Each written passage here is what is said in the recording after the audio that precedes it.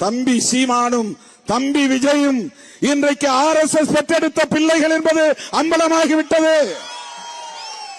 பாஜகவின் பிள்ளைகள் என்பது அம்பலமாகிவிட்டது.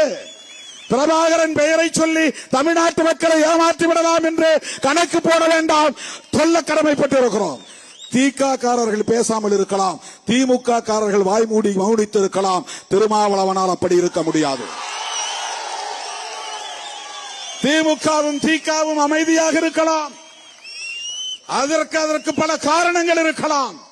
நாங்கள் உயர்த்தி பிடிக்கிற அரசியல் திராவிடம் என்கிற சமூக நீதி அரசியல். அது திமுகவுக்கு சொந்தமானது அல்ல, அது திராவிட கழகத்திற்கு மட்டும் சொந்தமானதல்ல. எனது பாட்டன் அயோத்திதாச பண்டிதர் முன்மொழிந்த அரசியல், ஆரியத்திற்கு எதிரான அரசியல், பார்ப்பனியத்திற்கு எதிரான அரசியல், புரட்சியாளர் அம்பேத்கர் உயர்த்தி பிடித்த அரசியல்.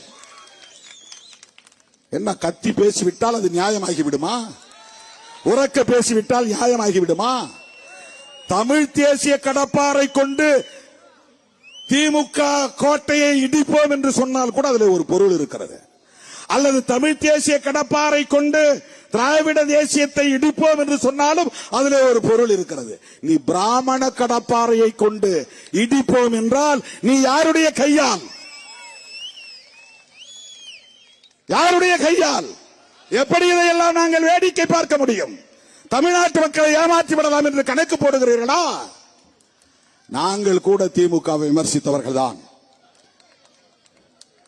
1990களின் தொடக்கத்தில் திருமாவளவன் பேசிய பேச்சை எடுத்து பாருங்கள்.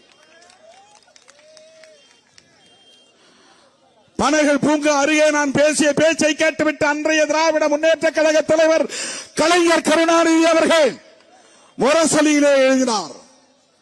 என்னை கிண்டல் அடித்து நக்கலடித்து புதிய மகாத்மா என்று போட்டு எழுதினார். நாங்களும் பேசியிருக்கிறோம். ஆனால் சங் பரிவார்களின் அரசியல் இங்கே தலை தூக்குகிற போது, RSS இங்கே வேறொன்ற துடிக்கிற போது, பிஜேபி இங்கே ஆக்கிரமிப்பு செய்ய துடிக்கிற போது, நாங்கள் திராவிட முன்னேற்ற கழகத்தோடு இணைந்துதான் உங்களை வீழ்த்த முடியும். இதுதான் எங்கள் அரசியல், இதுதான் எங்கள் அரசியல். நாங்கள் பார்ப்பன சமூகத்திற்கு எதிரானவர்கள் இல்லை, பார்ப்பனியம் என்கிற அரசியலுக்கு எதிரானவர்கள்.